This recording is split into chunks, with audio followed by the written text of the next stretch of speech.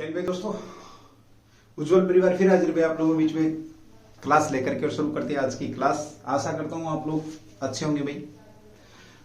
पढ़ना है भाई, टारगेट जैसे जैसे आपका नजदीक आ रहा है थोड़ा सा अलर्टनेस होनी चाहिए आप लोगों में। तो शुरू करते हैं आज का क्वेश्चन। लेते हैं पहला ही क्वेश्चन भी जो कि आपका चर्चा में बना हुआ है। क्वेश्चन नंबर 1 है, विश्व महासागर दिवस। विश्व महासागर जो दिवस है, दिवस कब मनाया गया? विश्व महासागर दिवस की बात करते हैं कि विश्व महासागर दिवस कब मनाया गया। तो आज 8 जून, आज की जो आपकी क्लास है जून 8 जून 2022, तो आज ही के दिन यानी कि विश्व महासागर दिवस की बात करते हैं। तो ये विश्व महासागर दिवस आपका 8 जून को मनाया जाता है। कब मनाया जाता है? तो 8 जून को मनाया जाता है। शानदार क्वेश्चन है। अगली बात करते हैं, पहली बार कब मनाया गया था? तो ये 2009 से इसको मनाना आरंभ किया गया भाई। कब? 2009 से इसको आरंभ किया गया। और ये इस बार का जो मनाया जा रहा है, ये किस लिए मनाया जा रहा है? मतलब जो समुद्र है, समुद्र को कह सकते हैं आप मतलब एक इस तरीके से समझ सकते हैं, जो समुद्र पहले था वैसा ही समुद्र करें हम, वैसा ही समुद्र हो। जैसे कचरा, प्लास्टिक वगैरह जो भी उसके अंदर डाला जाता है वो सारी चीजें उसके अंदर ना हो। इन सब चीजों के लिए विश्व महासागर दिवस आपका मनाया जाता है, जागरूकता फैलाना लोगों के बीच में। 2022 की जो थीम थी ये क्या है? आज की जो थीम है ये क्या है? थीम की अगर हम बात करते हैं तो थीम क्या है भाई? इसकी जो थीम है, ये बड़ा शानदार क्वेश्चन आप लोगों से पूछ लिया जाएगा। तो ये है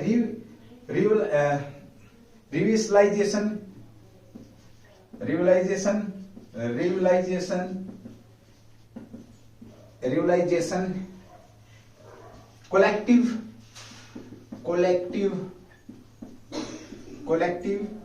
action for the ocean, action for the ocean कह सकते हो आप, ओशियन। ये इस बार की क्या है? थीम है भाई, revitalisation collective action for the ocean. ये आप इस बार की क्या है? 2022 की थीम है। यानी कि जो समुद्र है, समुद्रों को फिर से वैसा ही किया जाए, कोलेक्टिव एक्शन, ऐसे काम किए जाए जिससे समुद्र पहले जैसे ही समुद्र हो जाए। ठीक है, चलिए ये था विश्व महासागर आपका दिवस की बात हम यहाँ पर कर रहे हैं भाई। एक आता आपका राष्ट्रीय समुद्री दिवस। ये तो विश्व समुद्री दिवस एक राष्ट्रीय है आपका। राष्ट्रीय समुद्री दिवस कब मनाया जाता है? ये बड़ा शानदार क्वेश्चन आप लोगों से पूछा जा सकता है। तो ये मनाया जाता है भाई आपका राष्ट्रीय समुद्री दिवस की अगर हम बात करते हैं तो 5 अप्रैल को मनाया जाता है। 5 अप्रैल को मनाया जाता है, याद रखेंगे। ओके, एक क्वेश्चन और यहाँ पे आपका बनता जो कि कल परसों हमने किया था। 5 जून को कौन सा पर्यावरण दिवस? 5 जून को हम कौन सा दिवस मनाते हैं? तो पर्यावरण जो दिवस आपका ये कब मनाते हैं? 5 जून को हम कौन सा दिवस मनाते हैं? ये भी ध्यान आप लोगों ने रखना है। तो ये था विश्व महासागर दिवस कब मनाया जाता है, इसके ऊपर यहाँ पर आप लोगों के बीच में क्वेश्चन था। तो बेहतरीन क्वेश्चन था भाई, इसको लेकर के भी चर्चा में बना हुआ है।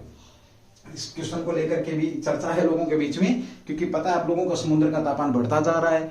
1 डिग्री से ज्यादा तापमान अगर बढ़ रहा है, एक्चुअली पूरी पृथ्वी ग्लोबल वार्मिंग का शिकार हो रही है कार्बन के उत्सर्जन के कारण। इसलिए कार्बन की अगर हम बात करते हैं तो कार्बन के उत्सर्जन के कारण क्या हो रहा है? पूरी पृथ्वी आपकी क्या हो रही है? गर्म हो रही है। और जब पृथ्वी गर्म हो रही है तो समुद्र का तापमान भी बढ़ रहा है। अब जब समुद्र का तापमान बढ़ेगा तो होगा क्या? तापमान जब इंक्रीज होगा तो होगा क्या? जो समुद्री जीव हैं, समुद्री जीवों के लिए क्या हो जाएंगी? मुश्किल खड़ी हो जाएंगी। और क्या होगा आपका भी, जो आपके कह सकते हो क्या आप, जो बर्फ के पहाड़ हैं, यानी कि जो बर्फ के जो आपके ग्लेशियर है वो क्या हो जाएंगे? पिघल जाएंगे। और जिससे क्या होगा? समुद्र जो है आपके समुद्री जो स्थल है, समुद्र में क्या होगा? समुद्र में पानी ज्यादा आ जाएगा, समुद्र में ज्यादा पानी होगा। तो जो पृथ्वी का जो हिस्सा है आपका, जिसको तुम मानते हो 70% लगभग बोलते हैं भाई आपका इतना प्रतिशत भूमि का हिस्सा, इतना पानी, तो पानी का जो प्रतिशत है वो क्या हो जाएगा? बढ़ जाएगा। जिससे जो तटवर्तीय जो इलाके हैं, कह सकते हो समुद्र के आसपास के जो इलाके हैं वो क्या हो जाएंगे? आपके जलमग्न हो जाएंगे। तो ये भी आप लोग शानदार यहाँ पर आपका क्वेश्चन बनता, ध्यान रखना। तापमान बढ़ने से एक चीज और होगी, जो फसलें हैं आपकी, फसलें कम पैदा होंगी। और खाद्यों की अगर बात करें तो खाद्य जो आपका सिस्टम है, जो खाने पीने की जो वस्तुएं वो क्या, खाने पीने की जो फसलें वो पैदा नहीं होंगी। तो लोग भुखमरी के शिकार होने के लिए तैयार नहीं हुए। ठीक है, अगली बात इसी कड़ी में हम बात करते हैं तो वर्तमान में भी खाद्य संकट पूरी पृथ्वी पर कह सकते हैं, विशेष तौर पे पश्चिम जो आपका यूरोप है, यूरोप में खाद्य संकट आया हुआ। खाद्य संकट यानी कि खाद्य पदार्थों की जो कीमतें आसमान को छू रही हैं, उसके पीछे जो कारण है आपका, वो कारण क्या है? युद्ध है भाई। उसके पीछे कारण क्या है? युद्ध है। पहले लॉकडाउन था, फिर उसके बाद में युद्ध हुए। ठीक है, तो ये भी ध्यान रखेंगे, ये भी आपका शानदार क्वेश्चन यहां से बन जाता है। ठीक है, चलिए अगले क्वेश्चन की बात करते हैं, जो क्वेश्चन नंबर 2, जो कि आपका चर्चा के अंदर ही है, पूछा जा सकता है आप लोगों से। बहुत ही शानदार क्वेश्चन है भाई आपका। चलिए बात करते हैं भाई अगले क्वेश्चन की। एक बार रफ करता हूं, आगे बढ़ते हैं भाई।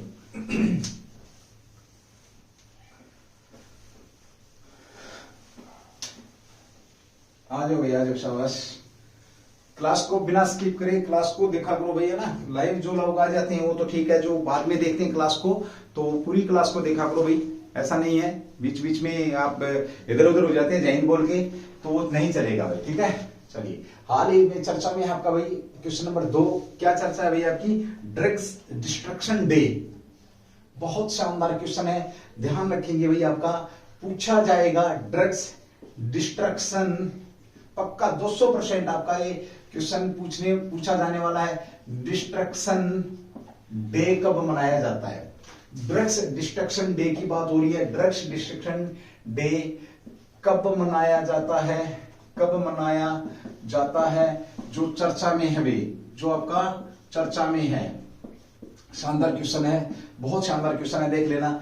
जरूर आप लोगों से पूछा जाएगा ड्रग्स डिस्ट्रक्शन डे, यानी कि सीधी सी बात करें, यानी कि जो नशे को डिस्ट्रक्शन, नशे से संबंधित जो चीजें हैं उनको डिस्ट्रैक्ट करना, उस दिन के मतलब आज उस डे के रूप में मनाया जा रहा है। आज ही मनाया जा रहा है ये भी आपका, कब? 8 जून को ड्रग्स डिस्ट्रक्शन डे मनाया जा रहा है। 8 जून को आज ही आपका ये डे मनाया जा रहा है। अब बात आती कि ये डे मनाता कौन है? ये शानदार क्वेश्चन आप लोगों का यहाँ पे बन जाएगा। देखिए ये इसकी बात करें तो इसका आयोजन या मनाता कौन है? आज 8 जून 2022 को ड्रग डिस्ट्रक्शन डे के रूप में मनाया गया है। इसमें इस दिन होता क्या है? जो ड्रग्स है, ड्रग्स को क्या किया जाता है भाई? समाप्त किया जाता है, कह सकते हैं। किस्म से क्या किया जाता है? इसे डिस्ट्रॉय किया जाता है, समाप्त किया जाता है। समाप्त जो नशीली जो चीजें होती हैं, ड्रग्स को समाप्त किया जाता है या किया जाता है या साथ में कह सकते हो आपका क्या किया जाता है? बर्बाद किया जाता है। बर्बाद किया जाता है किसको? ड्रग्स को। जो नशीली जो चीजें हैं, नशीली चीजों में जैसे आपका गांजा है, भांग है, अफीम है, ये सारी की सारी चीजें आपकी। आजकल तो और भी बहुत तरीके के आपके बीच में ड्रग्स आए हुए हैं। जो लोग पता नहीं कैसे कैसे, आप लोगों ने मूवी वगैरह में देखे हो, कोई नाक से ड्रग्स ले रहा है, ऐसे सिगरेट सूंघ के ले रहा है, कोई आपका इंजेक्शन के दौरान ऐसे ले रहा है, कुछ लोग स्नैक बाइट भी करवाते हैं, जीभ के ऊपर सांप से कटवाते हैं, तो वो भी एक किस्म का ड्रग्स ही है।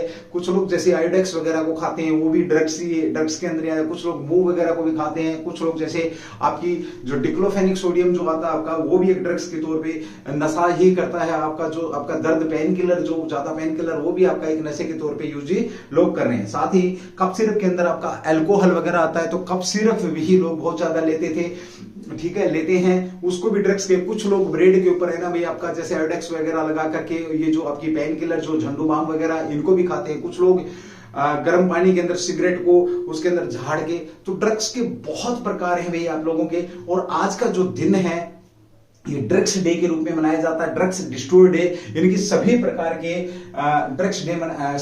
ड्रग्सों को यहां पर क्या किया जाएगा? बर्बाद किया जाएगा। लेकिन विडंबना यह है, भारत में बड़े बड़े सेलिब्रिटीज जो आपका जो ड्रग्स हैं, जैसे आप गांजा, भांग, धतूरा, तंबाकू, किसी भी तरीके से, जैसे तंबाकू का ही है, गुटखा वगैरह है। आज मैं बात करूं तो जैसे एक एड आती है, मैं नाम लेना नहीं चाहता इस चैनल के माध्यम से भी, ठीक है, तो बड़े बड़े जो सेलिब्रिटीज, पता नहीं उनको कितनी भूख है। आज जो लोग जो युवाओं को आइडल मानते हैं, उन युवाओं के बीच में वो लोग क्या कर रहे हैं? ऐड कर रहे हैं उस ड्रग्स की। तो ये भी उनके लिए भी ठीक नहीं है और ना ही ये देश के लिए ठीक है। तो बर्बाद किया जाता है 8 जून को। और ये अब क्वेश्चन जो आपके बीच में, इसके मनाता कौन है या इसे आयोजित कौन करता है? ये बड़ा शानदार क्वेश्चन है भाई आपका। केंद्रीय अप्रत्यक्ष कर व सीमा शुल्क बोर्ड, केंद्रीय आपका अप्रत्यक्ष कर व और सीमा शुल्क बोर्ड के द्वारा, वह सीमा जो शुल्क है आपका, सीमा शुल्क बोर्ड के द्वारा, सीमा शुल्क बोर्ड के द्वारा इसको क्या किया जाता है? डिस्ट्रॉय किया जाता है। शुल्क बोर्ड के द्वारा इनको क्या किया जाता है? आयोजित किया जाता है, केंद्रीय अप्रत्यक्ष सीमा व शुल्क बोर्ड के द्वारा। इस दिन को क्या किया गया भाई? यह दिन आजादी के अमृत महोत्सव के रूप में मनाया गया है। यह दिन आपका क्या? यह दिन आजादी का अमृत जो महोत्सव है, महोत्सव के रूप में मनाया गया है। ये भी शानदार क्वेश्चन है। मनाया जाएगा। और इस दिन ड्रग्स, कितनी ड्रग्स भी यहाँ पर इस दिन देश में लगभग 14 स्थानों पर कितनी ड्रग्स आपकी कुल लगभग 42000 कितना होगा 42,000 केजी जो ड्रग्स है इसको क्या किया जाएगा, डिस्ट्रॉय किया जाएगा। कितने ड्रग्स को किया जाएगा ये आपके बीच में है भाई। तो 42,000 केजी ड्रग्स को बर्बाद किया जाएगा। बहुत अच्छी बात है भाई। अब यहां पर हिस्ट्री से जुड़ा क्वेश्चन भी आप लोगों के बीच में आ जाएगा। यानी कि जो भी नशीले पदार्थ हैं उनको आज के दिन 14 स्थानों पर नशीले जो पदार्थ हैं इन पदार्थों को क्या किया जाएगा, समाप्त किया जाएगा। चलिए इन्हीं से जुड़ा एक क्वेश्चन है, किस मुगल बादशाह ने तंबाकू पर है, तो भाई नशीले पदार्थों पर, नशीले पदार्थ प्लस तंबाकू व अन्य नशीली जो पदार्थ चीजें, शराब पर क्या लगाया था, प्रतिबंध लगाया था भाई, प्रतिबंध लगाया था। याद रखेंगे।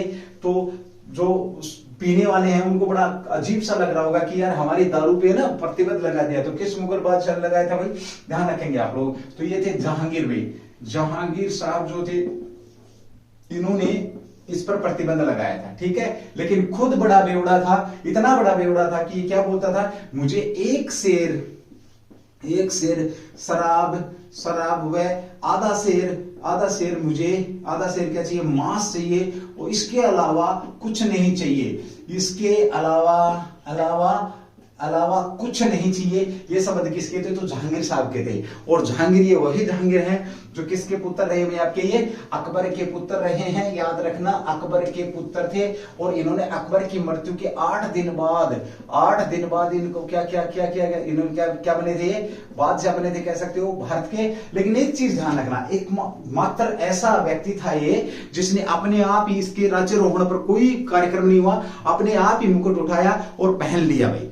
ठीक है, किसके द्वारा, जहांगीर। एक इनकी एक खूबी भी थी, और वो खूबी क्या थी, न्यायिक व्यवस्था को लेकर के इन्होंने किया था क्या, न्याय की जो जंजीर थी, न्याय की जंजीर की अगर मैं बात करूं तो इन्होंने ही बांध रखी थी। कहां पर भाई, आगरा पर। यानी कि अगर कोई फरियादी है, आगरा का जो किला था, आगरा का किले के बुर्ज पर भाई, आगरे के किले के बुर्ज पर यदि कोई फरियादी है, अगर फरियाद करना चाहता है तो आएगा। और इस 30 फीट लंबी जो जंजीर थी, जंजीर की लंबाई 30 फीट, और इसमें 60 घंटियां लगी थी। कितनी घंटियां भाई, 60 घंटियां लगा रखी थी। और इस व्यक्ति ने भी किस पर आपका प्रतिबंध लगाया था, तंबाकू व नशीली पदार्थों पर। और आज ही के दिन 8 जून को हम यहाँ पर डिस्ट्रक्शन डे के रूप में भी 8 जून को मनाते हैं। शानदार क्वेश्चन है आप लोगों का आपके बीच में। हाँ, ये ध्यान रखना, केंद्रीय अप्रत्यक्ष कर व सीमा शुल्क बोर्ड के द्वारा ये डिस्ट्रक्शन डे मनाया जाता है। एक बार रफ कर रहा हूं, उसके बाद आगे बढ़ रहे हैं। ठीक है, शाबाश भाई, आ जाओ सभी क्लास के अंदर आ जाओ भाई, शाबाश। एक दूसरे पे कोई कमेंट्स ना करके केवल और केवल ये जो उज्जवल कोचिंग कैंपस परिवार है, इसमें केवल एक ही लक्ष्य है, हमसे केवल वही व्यक्ति जुड़े भाई जो जिसका लक्ष्य केवल एक है, और वो लक्ष्य केवल एक है, सिर्फ और सिर्फ एक है, और वो है पढ़ना। अगर इसके अलावा और कोई विचार दिमाग में है तो बिल्कुल क्विट कर जाए, कोई टेंशन की बात नहीं है। ठीक है, बिल्कुल कभी भी ना आए तो भी कोई दिक्कत नहीं है। बट जिसका लक्ष्य केवल और सिर्फ एक ही पढ़ना, वो व्यक्ति इस चैनल से, इस परिवार से जुड़ सकता, उसका हमेशा वेलकम रहेगा भाई। ठीक है, चलिए अगले क्वेश्चन की बात करते हैं भाई आपके बीच में। बड़ा ही शानदार क्वेश्चन है आपका। अब देखिए, अब समय कैसा समय आ गया आप लोग समझेंगे। तमागोतची जो शब्द है आजकल, क्या शब्द चर्चा में है भाई, चर्चा में है। कौन सा शब्द चर्चा में है आपका, तमागोतची, जो आपका तमागोतची शब्द चर्चा में है। इसका संबंध किससे रहा है, ये शानदार क्वेश्चन भाई। इसका संबंध किससे रहा है, चलिए भाई शाबाश, कमेंट्स करके बताएंगे जल्दी से, पहले कि मैं आंसर दूं। ठीक है, चलो लोगों ने टाइप भी कर दिया हुआ है ना। तो सबसे पहले तो बात करते तमागोची, आपका क्या है, इसका संबंध जो है वो जो आपका डिजिटल है, क्या भाई आपका डिजिटल पीढ़ी से इसका संबंध है। डिजिटल जो पीढ़ी है, इस पीढ़ी से इसका संबंध है। किससे संबंध है? डिजिटल पीढ़ी से। चलिए भाई, वाह क्या बात है, क्या समय आ गया है। अब आपको डिजिटल पीढ़ी भी, यानी कि अब आपके घर में डिजिटल बच्चा भी हो सकता है ना। कैसा समय आ गया है, अब डिजिटल बच्चा भी आप यहाँ पर है, आप डिजिटल संतान भी उत्पन्न कर सकते हैं। ये आपका समय अभी आपके बीच में आ चुका है। कितना आगे जाएंगे हम, कितना प्रकृति के साथ खिलवाड़ करेंगे, क्या क्या करेंगे, ये तो समय बताएगा। बट हमें क्वेश्चन एक आपको बीच में है, बड़ा ही शानदार है कि तमोगोच जी जो शब्द है ये अभी चर्चा में है, ये डिजिटल पीढ़ी है, यानी कि अब इंसान अपनी डिजिटल पीढ़ी की भी बात कर रहा है।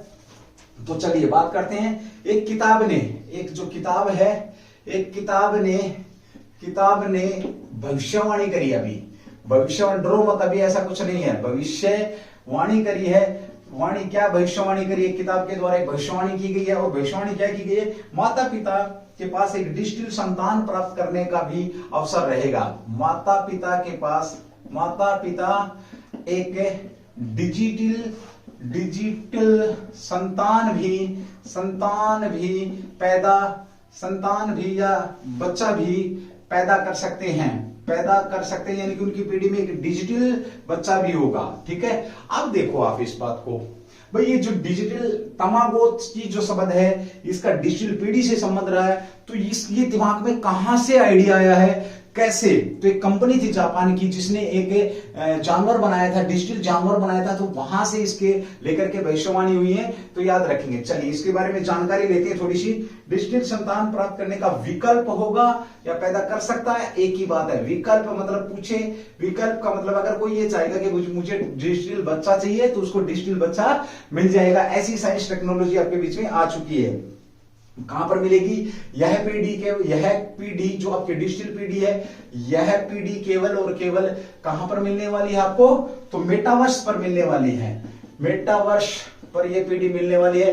क्वेश्चन बड़ा शानदार है, what do you mean understand by metaverse? Metaverse क्या है, ये क्वेश्चन आप लोगों के लिए बड़ा शानदार बन जाएगा। ठीक है, चलिए अगले क्वेश्चन की बात करते हैं जो इससे जुड़ा हुआ। भी मेटावर्स की डिजिटल दुनिया में मौजूद हो गई यह पीढ़ी, केवल मेटावर्स की जो डिजिटल जो दुनिया होगी, इसी दुनिया में ये संभव है। कौन सी दुनिया भी बता दी उसने। संभव की बात करते हैं तो कहां पर संभव है? तो मेटावर्स डिजिटल दुनिया के अंदर ये संभव है। इसके लिए जीवन में लाने के लिए क्या, इसे जीवन में लाने के लिए क्या करना पड़ेगा भाई? जीवन में लाने के लिए सिर्फ थोड़ा सा हरकत करनी है। वर्चुअल रियलिटी हेडसेट लगाना होगा। क्या लगाना पड़ेगा? वर्चुअल रियलिटी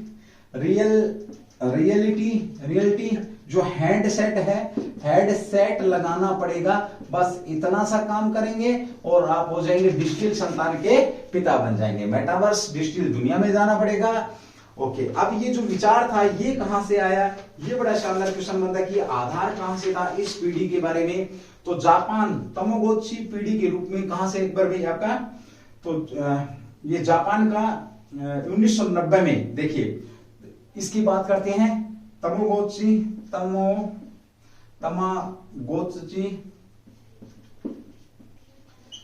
जो नाम है ये कब चर्चा में आया था? 1990 में भाई। 1990 के दशक में अगर हम बात करते हैं तो जापानी एक जो कंपनी थी, खिलौने बनाने की जो कंपनी थी, खिलौने बनाने की जापान की खिलौने बनाने की कंपनी, निर्माता कौन थे इसके? बोदाई से ये शब्द निकल करके आया था। बोदाई द्वारा इसका क्या कह सकते हैं, इजाद किया गया। जो तमोगोची जो शब्द है आपका, तमोगोची का जो नाम है कहां से आपका? बोदाई से। खिलौने बनाने की कंपनी है। कहां की कंपनी है? जापान की कंपनी है। इसका कब की बात है? 1990 के दशक की यहां पर क्या हो रही है भाई? बात हो रही है। ठीक है, डिजिटल पालतू जानवर बनाया था इसने। बनाया क्या था? तो डिजिटल जो पालतू जो जानवर है, पालतू जानवर यहां पर बनाया था। याद रखेंगे भाई, जानवर यहां पर बनाया था। ये शानदार क्वेश्चन है भाई आपका, टेक्नोलॉजी से जुड़ा हुआ है इसलिए इंपोर्टेंट भी बहुत ज्यादा है भाई। क्वेश्चन नंबर 3 आपका जो कि बेहतरीन चर्चा में है, तो ये भी आपका शानदार क्वेश्चन है। थोड़ा सा अगर मैं जापान की बात करूं, देखिए ये जापान जो है ना, अभी हमारे पास कह रहे हैं इंटरनेशनल योग दिवस आ रहा है, 21 जून आ रहा है ना। जो सबसे बड़ा दिन है। चलिए, तो जापान से लेकर के जो सूर्योदय का देश है, एक तिथि में ही जापान से लेकर के और कह सकते हैं न्यूजीलैंड तक हम इसका एक साथ कार्यक्रम करने वाला है। किसका? अंतरराष्ट्रीय योग दिवस का भाई, अंतरराष्ट्रीय योग दिवस का। और इस कार्यक्रम को क्या पूरी सोशल मीडिया पर लाइव दिखाया जाएगा। और ये जो कार्यक्रम रहेगा जापान से लेकर के न्यूजीलैंड तक सब देशों में एक साथ कार्यक्रम लाइव दिखाया जाएगा। इस प्रक्रिया को किस नाम से जाना जाएगा?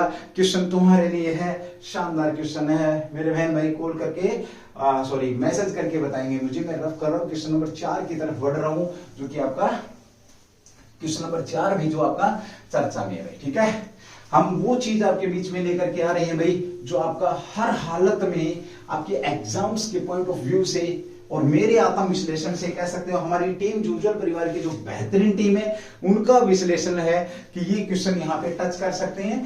तो उन्हीं के दम पर आपके बीच में क्वेश्चन आ चुका है भाई। ठीक है, अगला क्वेश्चन भी आपके बीच में 16 देशों ने मिलकर, क्वेश्चन नंबर 4 भाई आपका, 16 देशों ने मिलकर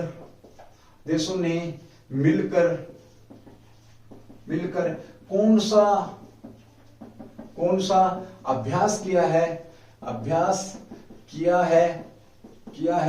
जो चर्चा में है भाई। एक अभ्यास हुआ भाई, 16 देशों ने मिलकर के एक अभ्यास किया, युद्ध अभ्यास कह सकते हो आप इसको। 16 देशों ने मिलकर के एक युद्ध अभ्यास किया, शांति के लिए किया है, जो कि आपका चर्चा में है। अब ये युद्ध अभ्यास जो है आपका, ये हुआ कहां है? ये बड़ा शानदार क्वेश्चन आपका बन जाएगा। और क्यों किया गया था, इसके ऊपर भी हम यहाँ पर बात करेंगे। तो क्वेश्चन नंबर 4 भी आपका इस लिहाज से इंपोर्टेंट बनता है भाई आपका। तो बहुराष्ट्रीय, इसकी बात करते हैं। सबसे पहले तो लेते हैं, इस अभ्यास का नाम क्या है? X Khan quest.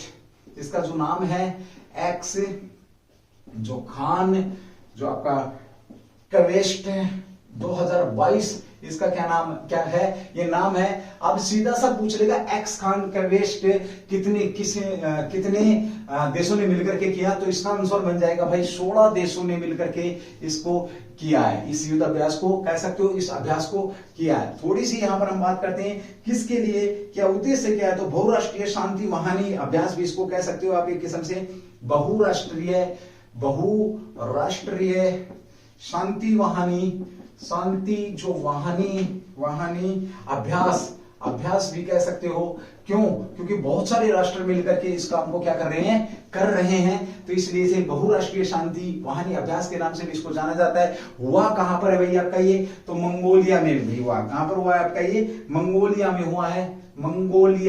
मंगोलिया में ये अभ्यास किया गया है। मंगोलिया की बात करें थोड़ी सी, तो राजधानी क्या है इसकी?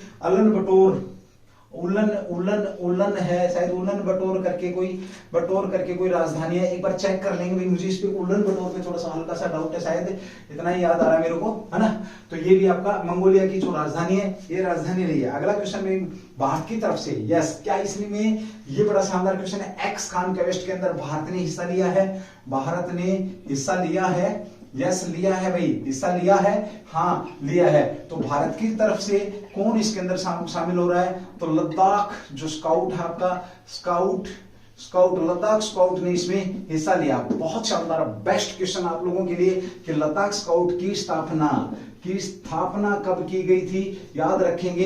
यानी कि ये पूछे आप लोगों से कि एक्स खान क्वेस्ट 2022 से में भारत का प्रतिनिधित्व किसने किया है? तो लद्दाख स्काउट ने किया है। मेरा क्वेश्चन आप लोगों के लिए बिल्कुल भी आंसर नहीं बताऊंगा कि इसकी स्थापना कब की गई। इसके 2 क्वेश्चन, स्थापना और महानिदेशक, दोनों चाहिए भाई मुझे।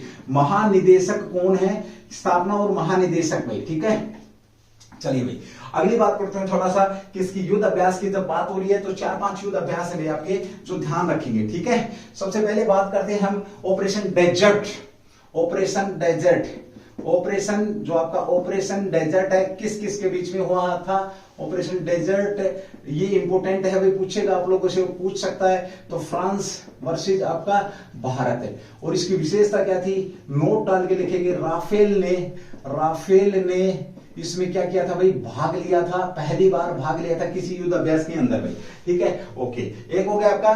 दूसरा भाई आपका, दूसरी अगर हम बात करते हैं तो ये हुआ काम ही आपका राजस्थान के अंदर हुआ है, राजस्थान के अंदर हुआ है। भारत की तरफ से किसने, एयरफोर्स, इंडियन एयरफोर्स के द्वारा, इंडियन भारत की भारतीय वायुसेना, भारतीय जो वायुसेना है, वायुसेना ने क्या लिया, भाग लिया इसके अंदर में। ठीक है, ओके।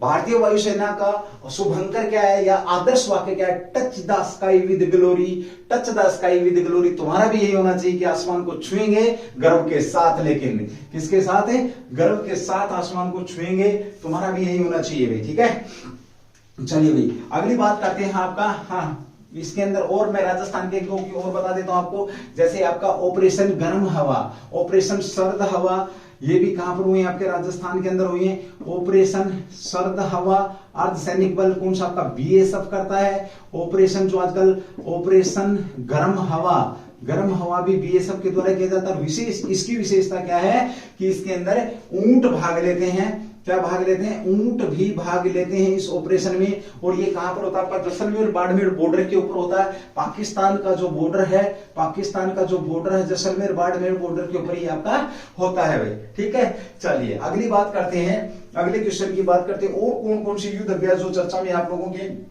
रहते हैं, इनकी बात कर लेते हैं। और वज्र प्रहार आपका यूएसए वर्सेस भारत के बीच में कौन सा होता है भाई आपका, तो ये वज्र प्रहार भाई कौन सा होता है, वज्र प्रहार होता है। साथ में हम यहां पर बात करते हैं आपका पश्चिमी लहर, ये अभी चर्चा में ही था भाई। पश्चिमी जो लहर है, ये लहर नौसेना का है भाई, नौसेना का युद्ध अभ्यास है। एक क्वेश्चन यहां पे बड़ा शानदार मुझे याद आ रहा है, आपकी नौसेना, कोस्ट गार्ड, मुंबई पुलिस, ये सभी मिलकर के मुंबई के तट पर कह सकते हैं, या मुंबई में जो आपका है वहां पर ये कौन सा युद्ध अभ्यास करते हैं जो टेररिस्ट के खिलाफ होता है, उस युद्ध अभ्यास का नाम क्या है, ये क्वेश्चन आप लोगों के लिए बनता भाई। चलिए अगली बात करते हैं भाई आपका समुद्र शक्ति इंडिया व इंडोनेशिया। समुद्र जो शक्ति है, समुद्र शक्ति इंडिया, आपका इंडिया वर्सेस क्या है आपका इंडोनेशिया, इसमें भी ये युद्ध अभ्यास होता है। एक आपका सिम्बेक्स है भाई, आपका सिम्बेक्स युद्ध अभ्यास, ये किस में, भारत वर्सेस आपका सिंगापुर के अंदर होता है। ठीक है, एक युद्ध अभ्यास आपका जापान, आपका अमेरिका, ऑस्ट्रेलिया और भारत, जापान, अमेरिका और ऑस्ट्रेलिया, भारत मिलकर के कौन सा युद्ध अभ्यास करते हैं, ये भी शानदार क्वेश्चन आप लोगों का यहाँ पर बनता है। तो भाई आपका जो ऑपरेशन था 16 देशों ने इसके अंदर, जो एक्स खान क्वेस्ट 2022 जो आपका बहुराष्ट्रीय शांति अभ्यास था, याद रखेंगे भाई। चलिए अगले क्वेश्चन की बात करते हैं, एक बार रफ करेंगे उसके बाद आगे बढ़ते हैं भाई। चलो क्वेश्चन नंबर 5 जो कि आपका चर्चा का विषय है भाई, चर्चा में है क्वेश्चन नंबर 5 भी, तो जिसके ऊपर अब हम बात करने वाले थे। युद्ध अभ्यास भी आपका इंपॉर्टेंट टॉपिक बनता है, याद रखेंगे इसको भी बड़ी शांति से और बड़े ध्यान से इस क्वेश्चन को भी करेंगे भाई। ठीक है, और बीच में इधर उधर झांकने की जरूरत नहीं है, आप अपना काम करें, पड़ोसी क्या कर रहा है। अगर देखिए, अगर सचिन तेंदुलकर साहब खेल रहे हैं, सचिन तेंदुलकर साहब खेल रहे हैं, वो 6 मार रहे हैं हर बॉल के ऊपर, और उसके ऊपर क्लिपिंग हो रही है, आवाज आ रही है, चिल्लाहट हो रही है। अगर अगली बॉल पर ध्यान नहीं दिया तो अगली बॉल में किलिंग बोल्ड। तो मेरा कहने का मतलब ये है कि अगर क्वेश्चन छूट गया तो वही क्वेश्चन पेपर में पक्का मिलेगा, जो तुमने छोड़ा नहीं कि वही पेपर के अंदर मिलेगा ही मिलेगा। ठीक है, याद रखिए। अभी हाल ही में चर्चा में भी आपका क्वेश्चन नंबर 5 चर्चा में क्या है आपका, तो ये है भाई आपका सीडीएस चर्चा में भी, आपके सीडीएस चर्चा में है, सीडीएस चर्चा में है, चीफ डिफेंस स्टाफ। चलिए बात करते हैं इसकी, जो आपका चीफ डिफेंस जो स्टाफ है ये चर्चा में है भाई, फुल फॉर्म क्या, चीफ डिफेंस स्टाफ। साथ में हम बात करते हैं जो आपका सीडीएस हैं, ये नए सीडीएस कौन बने, तो याद रखना जो पहले सीडीएस थे, कौन थे पहले सीडीएस भाई आपके, तो पहले सीडीएस आपके रहे हैं, ये रहे हैं आपके जनरल विपिन रावत भाई, विपिन जो रावत साहब है ये रहे हैं। अब इनकी किसमें भाई, एक हादसे में इनकी पत्नी के साथ इनकी मृत्यु हो गई है, ये शहीद हुए हैं भाई, शहीद हुए ये कैसे, एक हेलीकॉप्टर क्रैश में विद पत्नी कह सकते हो, इनके 2 पुत्रियां हैं, जो इनके बाद हैं, जो इनके उत्तराधिकारी है भाई। पत्नी के साथ इनका क्या, जनरल विपिन जो रावत साहब हैं, इनका देहांत हो चुका। अब तक केवल यही है, अब से ये पोस्ट क्या पड़ी आपकी भाई, पोस्ट क्या है, खाली है, याद रखेंगे। यहां क्वेश्चन नंबर 1 खास करके अगर कोई आर्मी का स्टूडेंट इस क्लास को देख रहा है तो वर्तमान में chief COAS chief of army staff कौन है आपके भाई, कौन है, और नेवल स्टाफ कौन है, RK भदौरिया साहब, आपको पता है RK भदौरिया, मैंने कल करवाया था। भदौरिया आपके कौन है, आपके चीफ ऑफ एयर मार्शल, जो आपके वायुसेना के चीफ हैं भदौरिया साहब।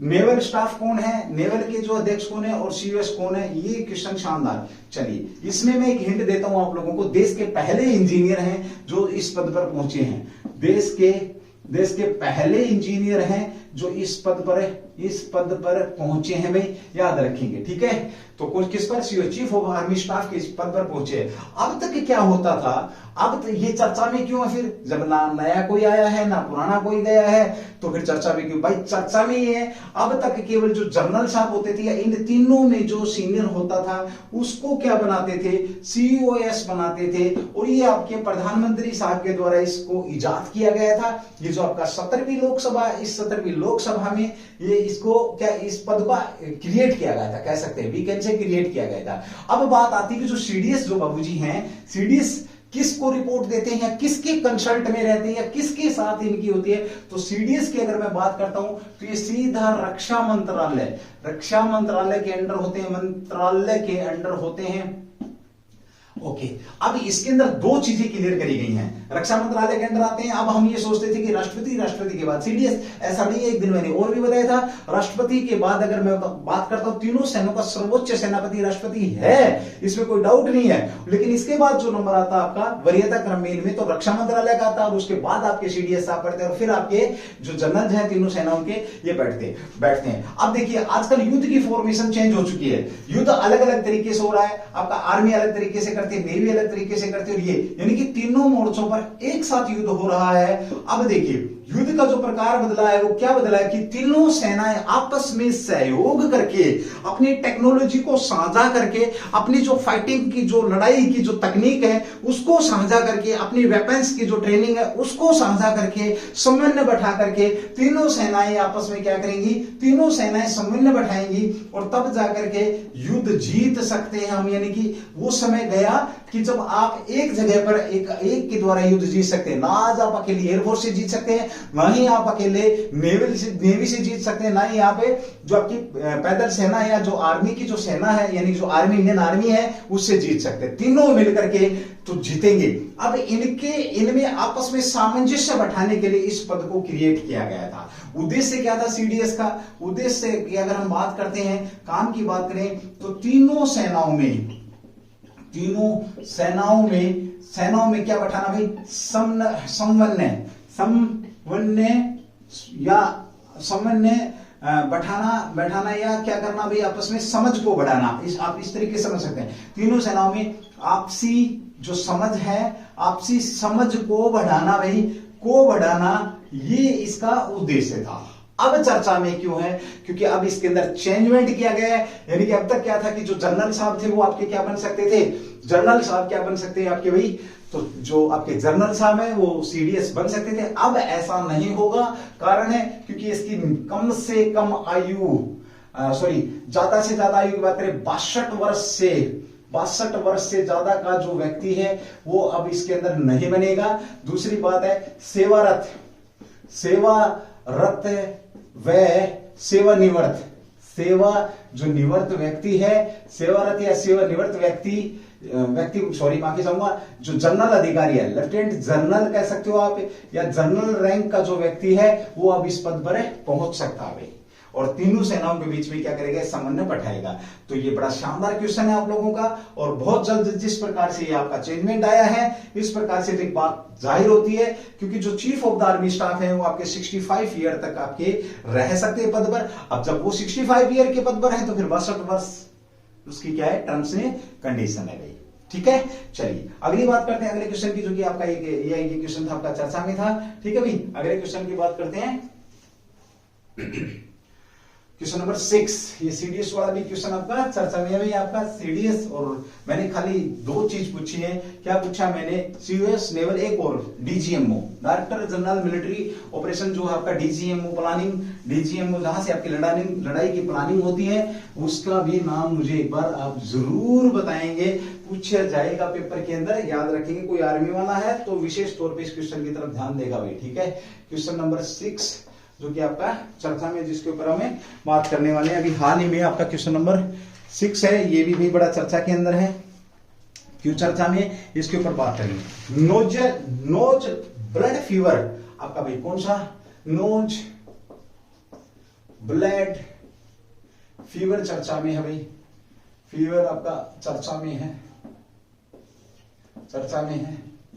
और ये एक अजीब किस्म का बुखार है भाई आपका, जो चर्चा में है। चर्चा में विशेष प्रकार की बीमारी तो चर्चा में आई गई है। आपको पता है कोरोना वायरस आया 2019 में, उसके बाद और भी इस कोरोना वायरस से अल्फा, ब्राउ, चार्ली, डेल्टा, जो भी इसने अपने वेरिएंट बीच बीच में नए अपने, कभी चाचा के भाई को बुला रहा है, कभी ताऊ के भाई को बुला रहा है, कभी जीजा को, कभी शाला को, सारे रिश्तेदार इसने इकट्ठे कर दिए।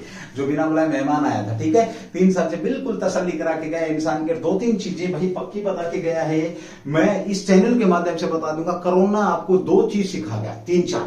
नंबर 1, झूठे जो प्रेम के जो प्रपंच होते थे वो सिखा गया। बाहर मदर फादर की डेड बॉडियां पड़ी हैं, लोगों ने हाथ तक नहीं लगाया। पहली बात ये, वो लोग बोलते हैं मैं तेरे बिना जिंदा नहीं रह सकता, उन लोगों के लिए है ना, जिंदा क्या, मुर्दों को भी हाथ नहीं लगाएगा। दूसरा ये, बहुत सारा पैसा, इतना सारा पैसा किस काम का भाई, लोगों को सिलेंडर नहीं मिले, ठीक है। और तीसरी बात ये, जिनके घर सरकारी जॉब थी उनके घर कोरोना नहीं आया, वो बोल गया भाई मैं नहीं आ रहा, क्योंकि आराम से ऑटो सिस्टम से तनख्वाह आ रही है, तो कोरोना का क्या काम है, घर से निकलना ही नहीं है ना। तो ये 3-4 चीजें, तो तुमने पॉइंट सिर्फ एक पकड़ना, क्या, जिनके घर सरकारी, ऐसी महामारी फिर भी आ सकती है, तो ये कोई बड़ी बात नहीं है, ठीक है। चलिए भाई अगली बात, क्योंकि प्रकृति के साथ तुम खिलवाड़ करो। अभी नोज ब्लड फीवर चर्चा में, क्योंकि भारत में अभी 2 मामले मिले हैं इसके, भारत में 2 केस मिले हैं। मंकी पॉक्स भी आ चुका आपका बीच में, 2 केस मिले हैं भाई आपके, या मामले मिले हैं इस फीवर के भाई, मामले मिले हैं इस फीवर के, ठीक है, जिससे जो चिंता का विषय है। सबसे पहले बात करते हैं ये भाई आपका, इसका दूसरा नाम क्या है? Crimean Congo haemorrhagic fever. ये क्या है भाई आपका, इसका नाम क्या है? Crimean Congo haemorrhagic fever, CCHF fever भाई, फीवर। और शॉर्टकट में क्या कह सकते हैं? CCHF के नाम से भी इसको जाना जाता है। ये इसका क्या है? दूसरा नाम है। और भारत में इसके 2 केस आ गए हैं। 2 केस आते ही चर्चा में आ गया भाई आपका ये बुखार भाई, ठीक है। चलिए अगली बात करते हैं, ये बुखार किसके द्वारा? तो जूनोटिक वायरस के द्वारा फैलता है। जूनोटिक जो वायरस है, अब तुम्हें समझते हो कि जूनोटिक वायरस होता क्या है, देख लेना भाई, सारी चीजें नहीं बताऊंगा। वायरस के द्वारा ये फैलता है, के कारण होता है। कौन सा वायरस है? तो जूनोटिक वायरस के कारण होता है। अब यहाँ एक क्वेश्चन मैं जरूर आपको बताऊंगा। देखिए सबसे पहले बात करें, विश्व के अंदर जो पहला वायरस था तंबाकू पर पाया गया था। तंबाकू अगर इतना ही अच्छा होता तो ये तंबाकू में नहीं होता ना, तंबाकू में पाया गया है, तंबाकू में, ठीक है, ओके। दूसरी बात करते, क्या नाम क्या था इसका? टुबेकमोजेक करके कुछ था भाई आपका, देख लेंगे आप लोग इसको, टुबेकमोजेक करके ये पहला आपका था। दूसरा, क्या वायरस सभी खराब होते हैं? नहीं भाई।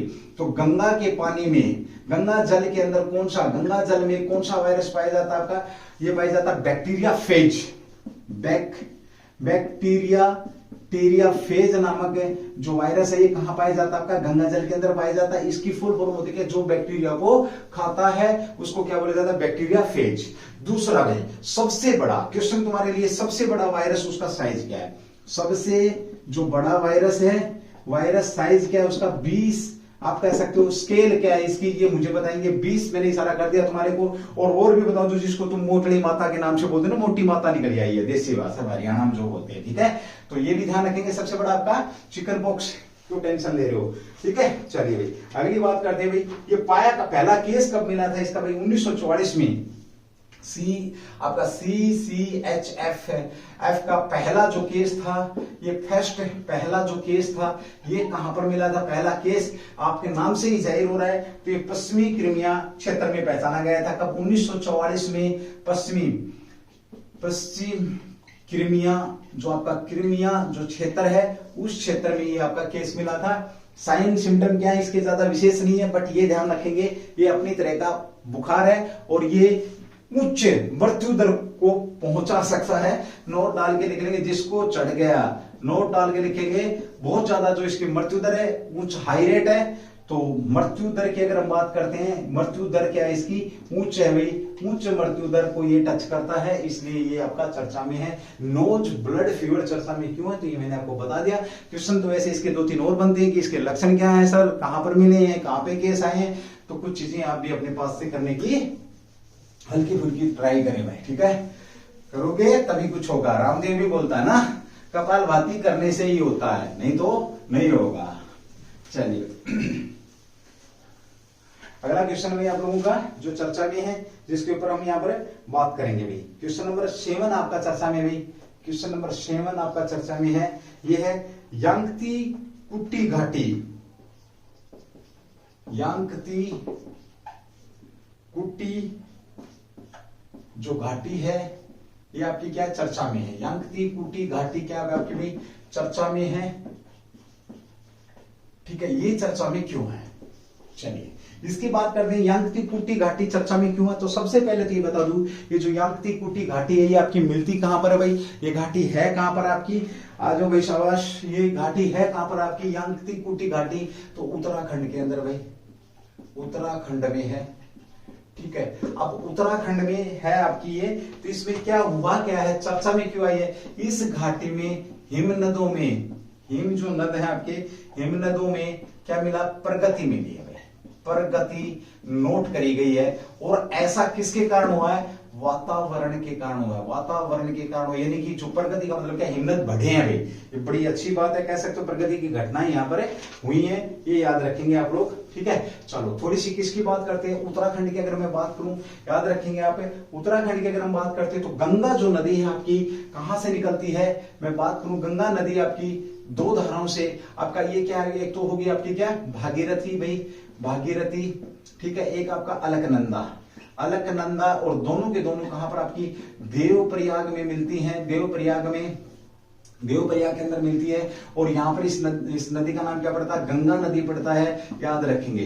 तो गंगा नदी का उद्गम स्थल गंगोत्री, गंगोत्री कहां पर आपका उत्तराखंड, गंगोत्री कहां पर आपका उत्तराखंड की बात कर रहे हैं हम यहाँ पर भाई, ठीक है। उत्तराखंड अभी चर्चा में था पीछे आपका, तो उत्तराखंड चर्चा में क्यों था, एक तो मैंने नदी की बात करी गंगा, तो गंगा नदी को जीवित व्यक्ति, जीवित जो व्यक्ति के बराबर 2017 में, कब भाई आपका 2017 में जीवित व्यक्ति के बराबर दर्जा दिया गया था। ये दर्जा किसने दिया था, तो उत्तराखंड के हाई कोर्ट के द्वारा, यूके का जो हाई कोर्ट है, इस हाई कोर्ट ने दर्जा दिया था इसका, ठीक है, किसका, जीवित व्यक्ति के बराबर गंगा को दर्जा दिया था, गंगा यमुना को, ठीक है, ओके। अगली बात करते हैं भाई, यहाँ पर उत्तराखंड ने अभी हाल ही में एक समिति का गठन किया, यूसीसी, यूनिफॉर्म सिविल कोड की, यहाँ पर इसने गठन, समिति को गठन किया, और उस समिति का अध्यक्ष कौन है, रंजन साहब है, न्यायमूर्ति रंजन साहब, रंजन क्या है, जो आपके न्यायमूर्ति हैं, जो आपके रिटायर्ड जज हैं, सुप्रीम कोर्ट के रिटायर्ड जज रंजन जो न्यायमूर्ति हैं, ये इस समिति के क्या है,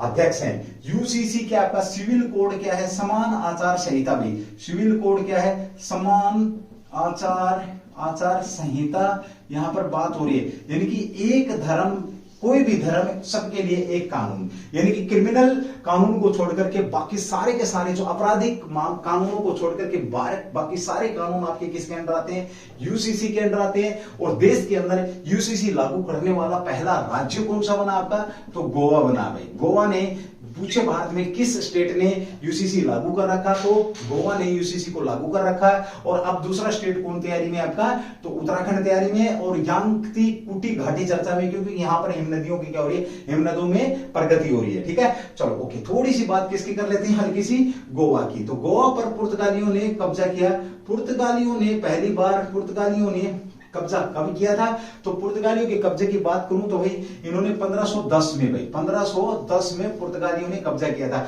उस समय गोवा किसके अंडर आता था, तो बीजापुर का जो सुल्तान था, बीजापुर के सुल्तान के अंडर आता था। और वहां पर आपके जो फ्रांसीसी वायसराय। क्वेश्चन तुम्हारे लिए है कि इसे किसने जीता था भाई, गोवा को किसने जीता था, और अंत में सबसे अंत में गोवा को ही पुर्तगालियों ने, गोवा द्वीपकल्प ऐसा पहला स्टेट जो सबसे पहले विदेशी शक्ति के कब्जे में आया, उसके सबसे बाद में आपका आजाद हुआ, तो वो क्या था आपका गोवा था। चलिए भाई अगले क्वेश्चन की बात करते हैं जो कि आपका चर्चा में है, याद रखेंगे। अभी हाल ही में प्रधानमंत्री मोदी साहब जो आपके दृष्टिहीन व्यक्तियों के लिए कह सकते हैं, आप लोग दृष्टिहीन व्यक्तियों के लिए क्या निकाल रहे हैं, आपके सिक्के निकाल रहे हैं, इनकी हम यहाँ पर बात करेंगे। चलिए भाई आजादी के अमृत महोत्सव में क्या निकाल रहे हैं, अभी आपके सिक्के निकाले जा रहे हैं, उनके ऊपर यहाँ पर बात होने वाली है। चलिए 75वीं वर्षगांठ पर क्वेश्चन नंबर 8, आजादी के महोत्सव या 75वीं वर्षगांठ पर कौन से मूल्य के सिक्के निकाले जाएंगे।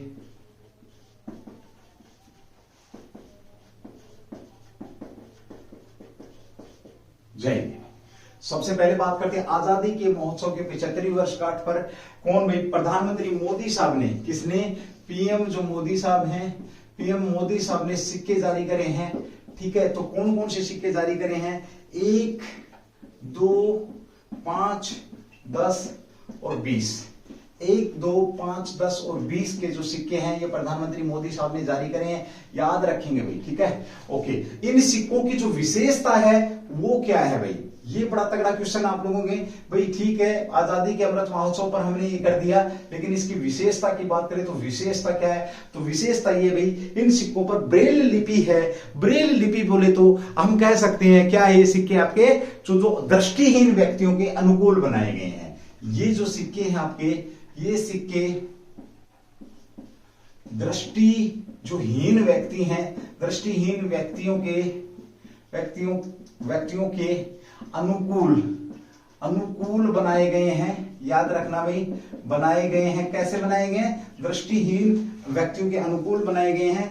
तो जो दृष्टिहीन व्यक्ति हैं वो किस लिपि में पढ़ पाते हैं भैया आपका, तो ब्रेल जो लिपि है, ब्रेल लिपि में कह सकते हैं, इनके ऊपर अंकन किया गया है, ब्रेल लिपि कह सकते हो। ब्रेल लिपि को दृष्टिहीन व्यक्ति पढ़ सकते हैं।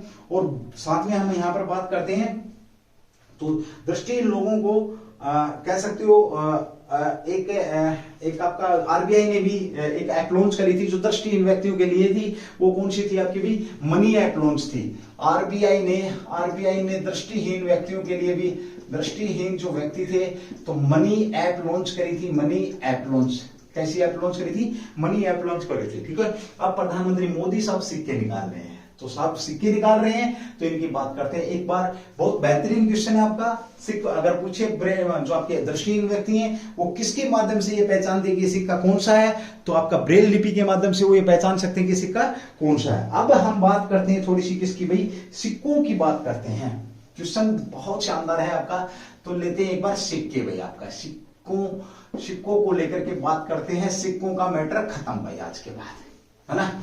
नंबर 1, देश में सबसे पुराना सिक्का कौन से मिले, देश में सबसे जो पुराने सिक्के की अगर हम बात करते हैं, पुराने सिक्के आपके किन नाम से जाना जाता है, तो पंचमारक भाई, पंचमारक सिक्का, या इसी को क्या कह सकते हैं, ठप्पेदार सिक्का भाई, या इसी को क्या बोलते हैं, आहत सिक्का भाई, आहत सिक्का भाई। एक क्वेश्चन आपका क्लियर है, ठीक है, ओके। अब आप लोगों से पूछे क्वेश्चन नंबर 2, किसके काल के सबसे ज्यादा, किस काल के सबसे ज्यादा जो सिक्के मिले हैं, सबसे ज्यादा सिक्कों की बात करें तो आपका गुप्त काल कह सकते हो, गुप्त काल या अब्लिक मौर्योत्तर काल भी है।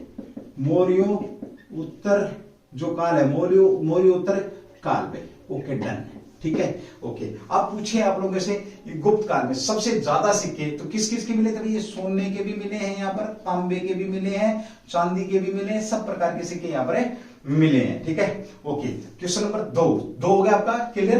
क्वेश्चन नंबर 3 की अगर हम बात करते हैं सिक्कों की, तो सबसे पहले सोने का सिक्का, सबसे जो पहले सोने का सिक्का, पहले सोने का सिक्का किसके द्वारा निकाला गया? तो इंडो ग्रीक के द्वारा, ग्रीकों के द्वारा ये निकाला गया, इंडो ग्रीक। ठीक है, ओके भाई। अब सबसे ज्यादा सोने के सिक्के, सबसे ज्यादा अगर सोने के सिक्कों की बात करते हैं, सोने के सिक्के भैया आपके, तो ये किसके काल के भाई? गुप्त काल के मिलते हैं हमारे को, गुप्त काल में भी। Okay done. सबसे ज्यादा शुद्ध सोने के सिक्कों की अगर हम बात करते हैं, तो सबसे ज्यादा शुद्ध सोने के सिक्के, तो ये कुषाण भाई, कुषाणों के मिलते हैं। किसके मिलते हैं? सॉरी भाई, कुषाण काल के मिलते हैं। ठीक है, ओके। अब बात आती है कि चमड़े के सिक्के, तो चमड़े के सिक्के निजाम, जो आपका निजाम भिस्ती द्वारा व तुगलकों द्वारा चलाए गए थे चमड़े के सिक्के। ओके, उसके बाद बात करते हैं ब्रिटेन। अंग्रेजों को सिक्के चलाने की, अंग्रेजों को सिक्के चलाने की परमिशन कब मिली, या सिक्के चलाने की अनुमति की बात करते हैं तो 1717 में। अगर ये पूछे किसने दी है, तो फर्रुखसियर के द्वारा ये दी गई थी। किसके द्वारा दी गई थी? फर्रुखसियर के द्वारा दी गई थी। और याद रखना, इसी जिस पत्र में सिक्के चलाने की अनुमति दी थी, बंबई के अंदर टकसाल थी, पूरे मुगल शासन में सिक्के चलाने की परमिशन दी थी 1717 में फर्रुखसियर ने। इसे कंपनी का गोल्डन फरमान कह सकते हो। इसी को क्या बोला गया था? कंपनी का मैग्ना कार्टा भाई, कंपनी का मैग्ना कार्टा। अब यहां पर एक शब्द आया, कंपनी का मैग्ना कार्टा। अभी गोल्डन फरमान या मैग्ना कार्टा, इस प्रस्ताव को या इस पत्र को किसने कहा था? तो ओरम द्वारा, जो इतिहासकार थे आपके, ओरम ने इसे क्या कहा था भाई? किसके द्वारा कहा था? ये दिख नहीं रहा होगा, मैग्ना कार्टा किसने कहा था? मैग्ना कार्टा, इस पत्र को किसने कहा था? तो ओरम, जो इतिहासकार थे आपके, ओरम द्वारा इस अधिकार पत्र को मैग्ना कार्टा कहा गया, जिसमें ये कहा गया था कि आप अंग्रेजों के सिक्के पूरे मुगल शासन के अंदर चलने वाले। चलिए, इसके बाद थोड़ा सा यहां पे भी लिख रहा हूं आपका मैं। ठीक है, अब एक सिक्का बच गया आपका। कौन सा सिक्का बच गया? मुगलों के सिक्के बंद कब किए अंग्रेजों ने? देखो, अब एक समय बलवान होते हैं, नहीं होते इंसान, बन में लुट्टी गोपिका वही अर्जुन वही बाण। दोस्तों देखो, एक समय है जब फर्रुखसियर परमिशन दे रहे हैं कि तुम सिक्के चलाओ, और एक समय कैसा आ गया, तो मुगलों के सिक्के कब बंद किए? तो 1833 में बंद किए गए हैं। और ये बंद किसने करे हैं? तो अंग्रेजों ने करे हैं भाई। किसने करे हैं? ये बंद अंग्रेजों ने करे हैं। ठीक है, ओके। उसके बाद आता है आपका भाई सिक्कों को लेकर के, शीशे के सिक्के किसके द्वारा चलाए गए हैं? शीशे के सिक्के किसके द्वारा चलाए गए? तो 7 वाहनों द्वारा जो शासक थे दक्षिण भारत के, उन्होंने सिक्के चलाए हुए। एक सिक्का था भाई आपका पैगोडा नामक जो सिक्का था भारत के अंदर, किसने चलाया? पैगोडा जो सिक्का था आपका, ये किसके द्वारा चलाया गया? याद रखना, पैगोडा सिक्का डचों ने चलाया है, याद रखेंगे भाई। ठीक है, चलिए भाई, पैगोडा से मुझे याद आता है, एक क्वेश्चन और फेंक के जाऊंगा। एक बार मैं इसको रफ कर रहा हूं, स्क्रीनशॉट अगर किसी ने लेना तो स्क्रीनशॉट ले लें। उसके बाद फिर मेरी क्लास का ये अंतिम क्वेश्चन रहेगा। मैं एक बार रफ कर रहा हूं इसको भाई। ठीक है, चलिए जल्दी से आप लोग एक बार इसको राइट डाउन कर लेंगे। ओके, अब हो गया राइट डाउन भाई, है ना? अब हो गया राइट डाउन जो होना था। यहाँ पे हमने बात करी पैगोडा की। किसकी बात करी है? पैगोडा की। तो पैगोडा की अगर हम बात करते हैं, तो एक ब्लैक पैगोडा नामक सिक्का निकाला। किसके द्वारा निकाला गया? Black pagoda. पैगोडा नामक सिक्का डचों ने निकाला। ब्लैक पैगोडा किसको बोला जाता है? तो सूर्य कोणार्क मंदिर भाई, सूर्य कोणार्क जो मंदिर है आपका, उसको क्या बोला जाता है? ब्लैक पैगोडा के नाम से उसको बोला जाता है, ब्लैक पैगोडा। किस भगवान को समर्पित है? ये सूर्य भगवान को समर्पित है। किस वंश ने भाई? आपका वर्धन वंश कह सकते हो। किस वंश के द्वारा? चलो इस क्वेश्चन को तुम बताएंगे कि सूर्य भगवान का जो मंदिर है, ये किस वंश के द्वारा बनाया गया था? किस वंश के द्वारा बनाया गया था? याद रखेंगे। कहां पर आपका ये? उड़ीसा के अंदर। कहां पर है आपका सूर्य कोणार्क मंदिर? उड़ीसा के अंदर है, याद रखेंगे भाई। ठीक है, उड़ीसा का पहले नाम क्या था आपका? कलिंग के नाम से इसको जाना जाता था। उड़ीसा भुवनेश्वर क्या इसकी राजधानी है? भुवनेश्वर की अगर हम बात करते हैं तो क्या भाई? भुवनेश्वर आपका देश की पहली स्मार्ट सिटी आपकी यही है भाई। ओके, अगर पूछे आप लोगों से कि सूर्य देश का पहला ऐसा मंदिर जो 100% सौर ऊर्जा से संचालित है, तो 100% सौर ऊर्जा से संचालित जो मंदिर है आपका यही है भाई। ठीक है, ओके। सातवीं, जिसको ब्लैक पगोड़ा कहा गया है, सातवीं हम बात करते हैं यहां पर आपकी कि सौर ट्री कहां पर, विश्व का पहला सौर ट्री, विश्व का पहला सौर ट्री कहां पर लगाया गया, ये क्वेश्चन आप लोगों के लिए बनता है। विश्व का पहला सौर ट्री कहां पर लगाया गया है। और एक क्वेश्चन आपका नैनो यूरिया संयंत्र केंद्र, आपका नैनो यूरिया संयंत्र केंद्र कहां पर स्थापित किया गया है, यह भी क्वेश्चन आप लोगों का बनता है। नैनो यूरिया संयंत्र कहां पर स्थापित किया गया, ये भी शानदार क्वेश्चन है। चलिए भाई, बड़ा ही बेहतरीन क्वेश्चन था। चलिए, उज्जवल परिवार आप लोगों के बीच में इसी प्रकार से अपनी क्लास लेकर के आता रहेगा भाई। ठीक है, बेहतरीन कंटेंट आप लोगों के बीच में। आप लाइव आते हैं, बड़ी अच्छी बात है, आप कमेंट्स करते हैं, बड़ी अच्छी बात है, बस मर्यादित शब्दों का ही प्रयोग करेंगे यहां पर, अदरवाइज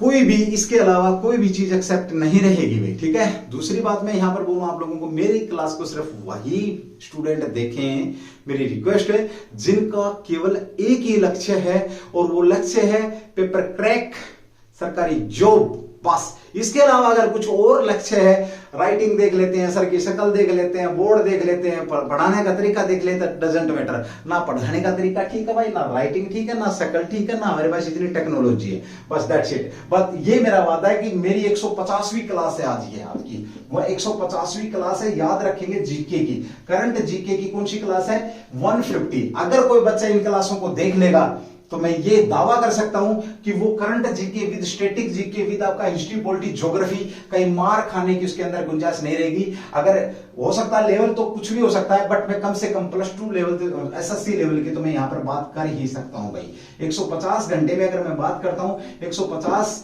मतलब तकरीबन 50 मिनट की एक क्लास है, तो 150 × 50 अगर हम बात करते हैं तो सुनना भाई, 666 से आपका 0 25 26 6 6 5 6। चलिए, तो कितनी मिनट होगी आपकी, 6500 मिनट आपके बीच में है। 6500 मिनट में कोई बकवासबाजी नहीं मिलेगी आपको, केवल और केवल पढ़ाई मिलने वाली है। और इस 6500 मिनट में भी अगर मैं बात करूं, इसको 60 से भाग देंगे तो आप कितना हो जाएगा आपका भाई, 500 तो 9 का 54 कह सकते हो, 8 का 48, 8 का 48, 16 कह सकते हो, कितना हो जाएंगे आपके भैया आपके। अगर मिनट की बात करते हैं हम तो हमारे एक शून्य आ जाएगा, हाँ 16, 106 घंटे भैया आप 106 घंटे आप यहां पर आपके बीच में 150 क्लास है। आज की बात करता हूं, ध्यान से सुनेंगे, 106 घंटे आप इसको समर्पित कर दे, टेंशन जीके से टेंशन फ्री, कहीं भी सिर मारने की जरूरत नहीं है। और इसके बाद इतनी स्मूथ क्लास चलेंगे आपकी, मैं कैसा भी जीके कराऊंगा आपको ये लगेगा कि हमें ये याद है। मैं नहीं, जो बड़े से बड़ा चैनल, चैलेंज फॉर ऑल, बड़े से बड़ा चैनल भी अगर आप देखेंगे तो आपको यही लगेगा कि हमने ये सब पढ़ रखा है। ठीक है, चलिए, इसमें भी मैं एक बात करता हूं आप लोग, 106 को अगर हम बात करते हैं, 24 घंटे में एक दिन होता है। अगर दिन की बात करते हैं तो 20 पंजे कितना कह सकते हैं आप, 24 5 का 20, चलो 24 इसको भाग देंगे तो 6 चौका 24, 2 भाई 6 दूनी 12, 13 14 6 और भी कम हो जाएगा आपका। 24 दिनों की अगर हम बात करेंगे, 24 घंटों 106 घंटे आपके टोटल हो रहे हैं। तो इसमें आप 5 से कर लो, 5 का 20, 5 दूनी 10, 5 का 20, 10 और 2 12, 120, लगभग 5 दिन। आप 5 दिन अगर मेरे ख्याल में आप लोग इस क्लास को पूरी को अगर आप अपने आप को देते हैं तो 150 क्लास को आप कवर कर जाएंगे। और ये आपके लिए, आपके परिवार के लिए, ये सब के लिए बेस्ट रहने वाला। चलिए, थैंक यू, जय हिंद, जय भारत, डू दी बेस्ट।